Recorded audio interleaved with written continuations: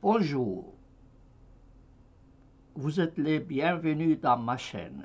Je vous prie de vous abonner et de cliquer sur la cloche pour recevoir la prochaine vidéo. Dans l'interview avec un Français, il m'a posé la question pourquoi je m'occupe de la circoncision et je la considère comme un crime. Écoutez ma réponse. Ça, s'il vous plaît, permettez-moi cette question-là, c'est pourquoi la circoncision est un crime? Là, vous avez attiré mon attention par rapport à ça, parce que vous dites que vous en parliez peut-être au moins une fois par semaine sur votre chaîne. Est-ce que vous pouvez nous expliquer peut-être rapidement pourquoi vous en pensez? Vous pensez que c'est un crime? Alors écoute, tu as 5 doigts, n'est-ce pas? Tu as 5 doigts à la main, pas 6. Si tu vas chez le médecin, tu lui dis, je veux que tu coupes le 5e petit doigt, ça ne me sert à rien. Est-ce que le médecin a le droit de le faire? Non. Non, je ne pense pas, bien sûr. À moins qu'il soit malade.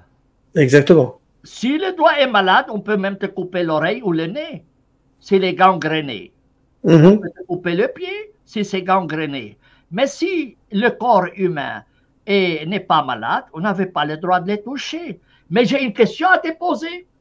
Est-ce que tu connais la Déclaration universelle des droits de l'homme? Bien sûr. Est-ce qu'il y a un article sur le droit à l'intégrité? Normalement, exactement. Je te demande, est-ce qu'il y a un article sur le droit à l'intégrité physique? Et il me semble, comme quoi chacun il a le droit de faire ce qu'il veut avec son corps, en quelque sorte. C'est faux. C'est faux? C'est faux. Il y avait un article dans un projet, on l'a supprimé. D'accord, il a été supprimé. La Déclaration universelle des droits de l'homme, on l'a supprimé. Pourquoi? Tu connais René Cassin?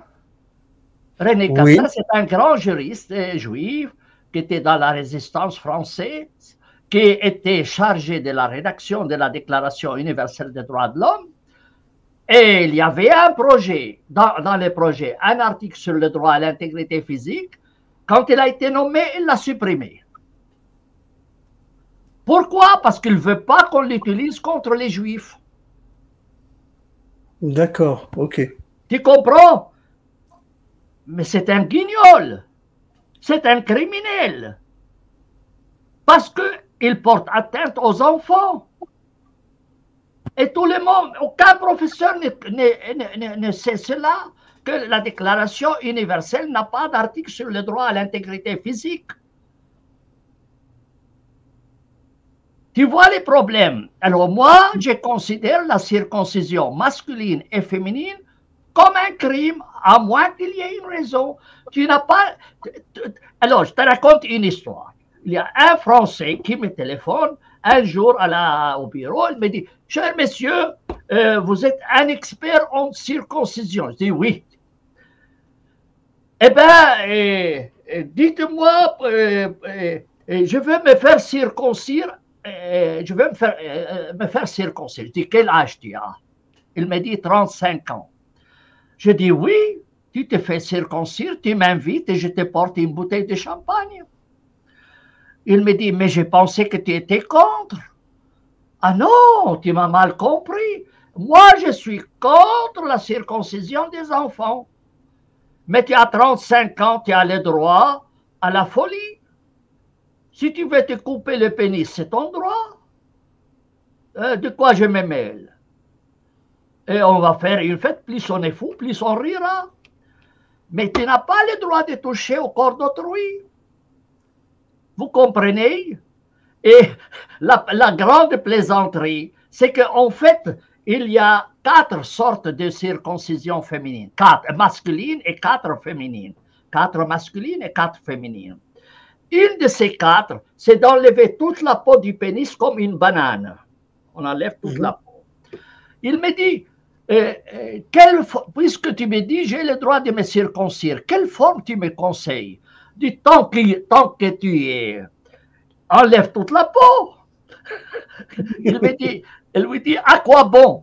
Je dis, tu manges la banane avec ou sans épluche? Il me dit, ah, au moins vous avez de l'humour. Dit, avec un fou pareil, tu veux que je fasse quoi?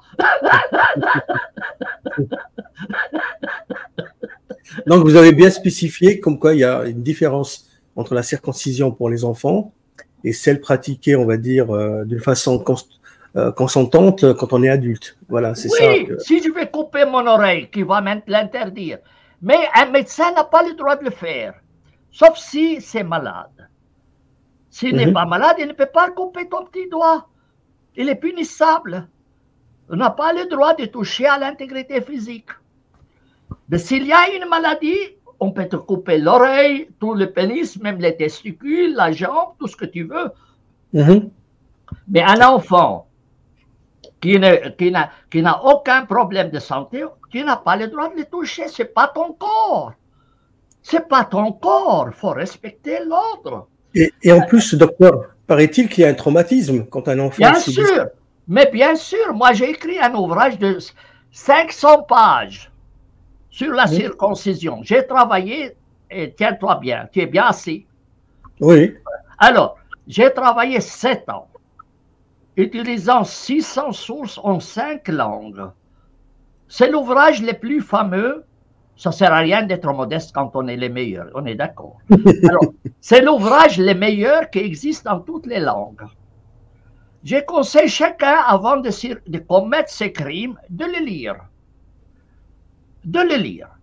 Et après, tu verras. Là, j'ai parlé des effets psychologiques, des effets sociaux, tout. J'ai fait les débats religieux, médical, social et juridique dedans. Et ils me disent, mais comment tu écris 500 pages sur un petit morceau comme ça? J'ai dit, oui, mais c'est extensible à volonté. Hein? Tu comprends? En fait, tu peux travailler sur la circoncision 100 ans. C'est tellement fou, cette histoire. C'est tellement fou. Voilà, et j'espère avoir répondu à ta question. Mais venez tous, lisez mon livre. Il est gratuit, hein? Il est gratuit, mais vous pouvez aussi l'acheter. Je vais remettre encore le lien. Je vais remettre le lien. Par contre, j'ai une autre question par rapport à ça, et après on tourne à autre chose. C'est vrai que peut-être que ce soit en France ou en Suisse, on accepte la circoncision masculine. Et vous avez parlé peut-être de la circoncision féminine. Je me demande si c'est pas l'excision.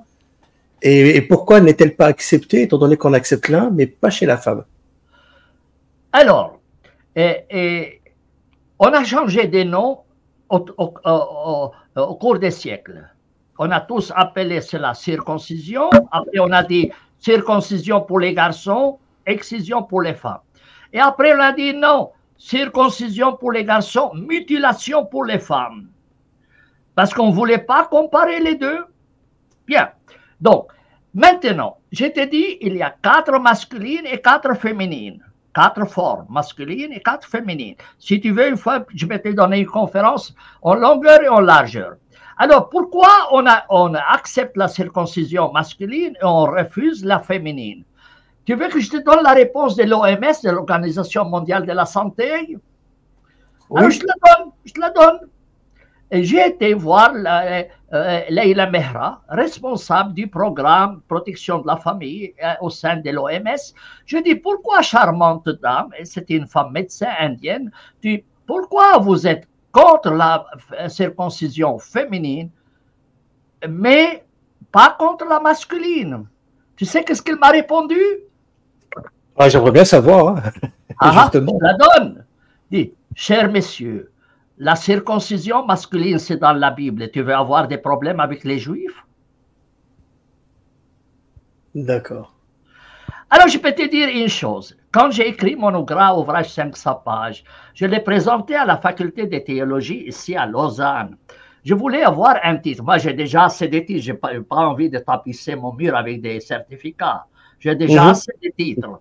J'ai le titre de professeur des universités de la France. J'ai le titre habilitation à diriger des recherches de Bordeaux. J'ai thèse de doctorat de Lausanne, de Fribourg. J'ai diplôme sciences politiques de Genève. Donc, je suis comblé sur le plan des certificats. Mais je me suis dit, je vais m'amuser. Je présente mon ouvrage à la faculté de théologie. Et je leur dis, écoutez, je vais présenter ça pour doctorat en sciences des religions. Et la faculté de théologie s'est trouvée à 5 mètres. 5 mètres calculés, 5 mètres précis de mon bureau. L'amène là-bas, elle dépose. Le lendemain, un professeur vient chez moi, un ami à moi, un pasteur qui a enseigné dans cette faculté. Il me dit, s'il te plaît, Samy, tu retires ton ouvrage. Je dis, mais qu'est-ce que tu as?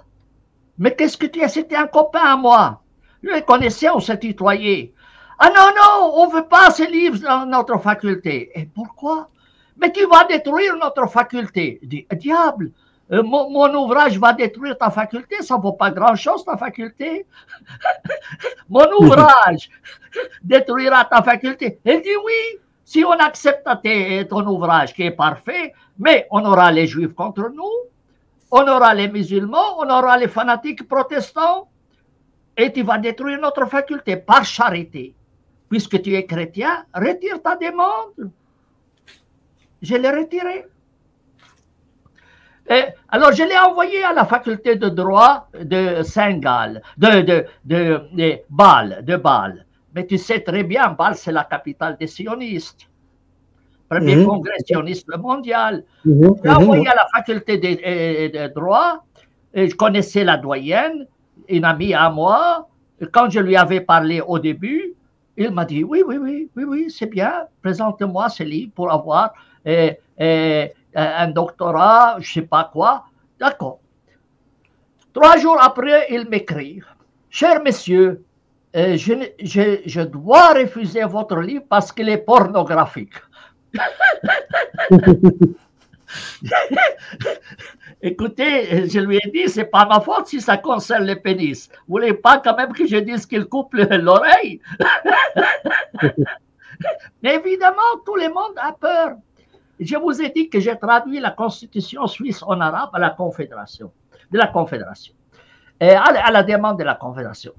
Le rédacteur en chef de cette constitution que je connais, il y a un article sur le droit à l'intégrité physique. Question. Est-ce qu'on peut utiliser cet article contre la circoncision féminine?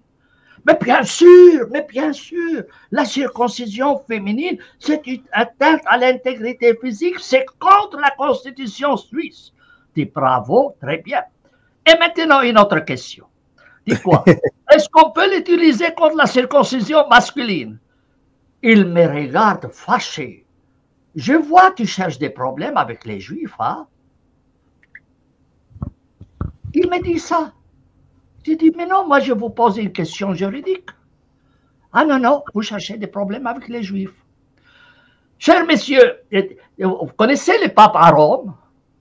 Oui, vous avez entendu parler. Si le pape de Rome, demain, fait une déclaration, dit, je suis contre la circoncision féminine et masculine, combien de temps il va pouvoir rester au Vatican? Je ne sais pas. 3 jours. Beaucoup. Maximum 3 jours. Probablement la même nuit, ils vont lui dire de déménager.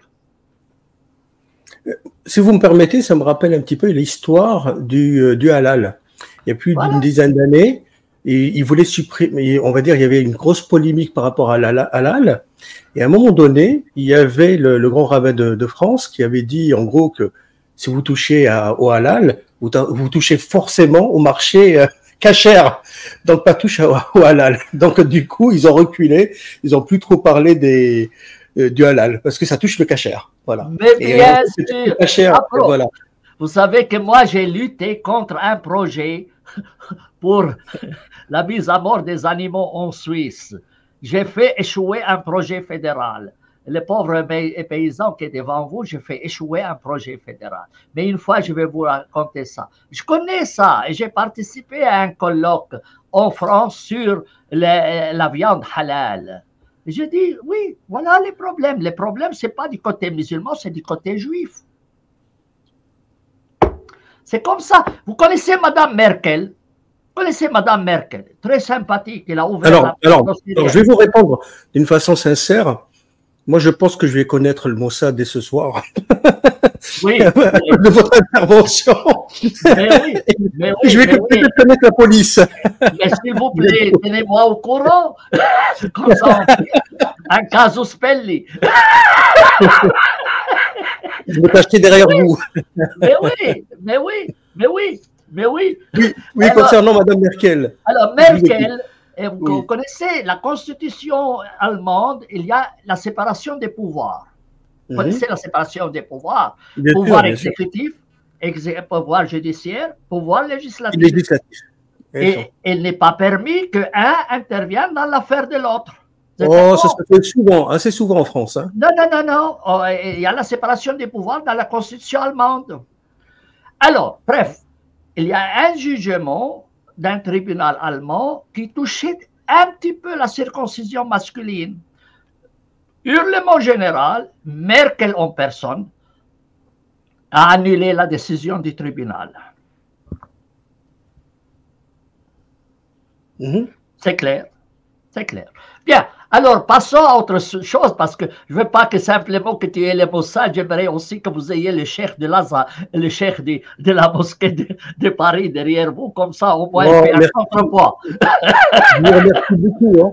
J'ai déjà quelques guignols sur YouTube qu'il faut pas toucher l'islam. Donc du coup, si maintenant pour avoir des érudits de hasard et plus le Mossad et tout, merci. Je vais passer de bonne journée, je pense.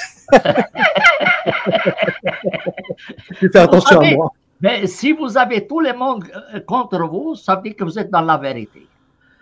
Ouais. Est-ce que Benny Hill, excusez-moi, est-ce que vous connaissez la série Benny Hill? Quand il courait à la fin, quand tout le monde le pourchassait, est-ce qu'il avait la vérité?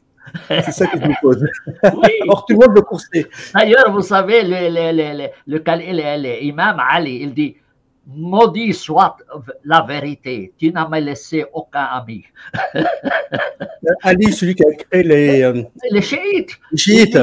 Il disait maudite toi vérité, parce que tu n'as me laissé aucun ami. Vous voyez? Et pourtant, j'ai dit seule la vérité vous libérera. J'ai écrit un article dans 24 heures sous ce titre. Seule la vérité vous libérera. Mais qu'est-ce que vous voulez? Mais il faut un jour secouer les cocotiers. Il faut secouer les cocotiers. Alors justement, docteur Eldib, vous avez secoué un cocotier d'une façon assez pertinente et d'une façon, je ne sais pas comment vous dire, c'est par rapport au Coran. Si c'est possible de nous parler pourquoi vous l'avez retraduit le Coran d'une façon chronologique. Moi, j'avais lu un petit peu certaines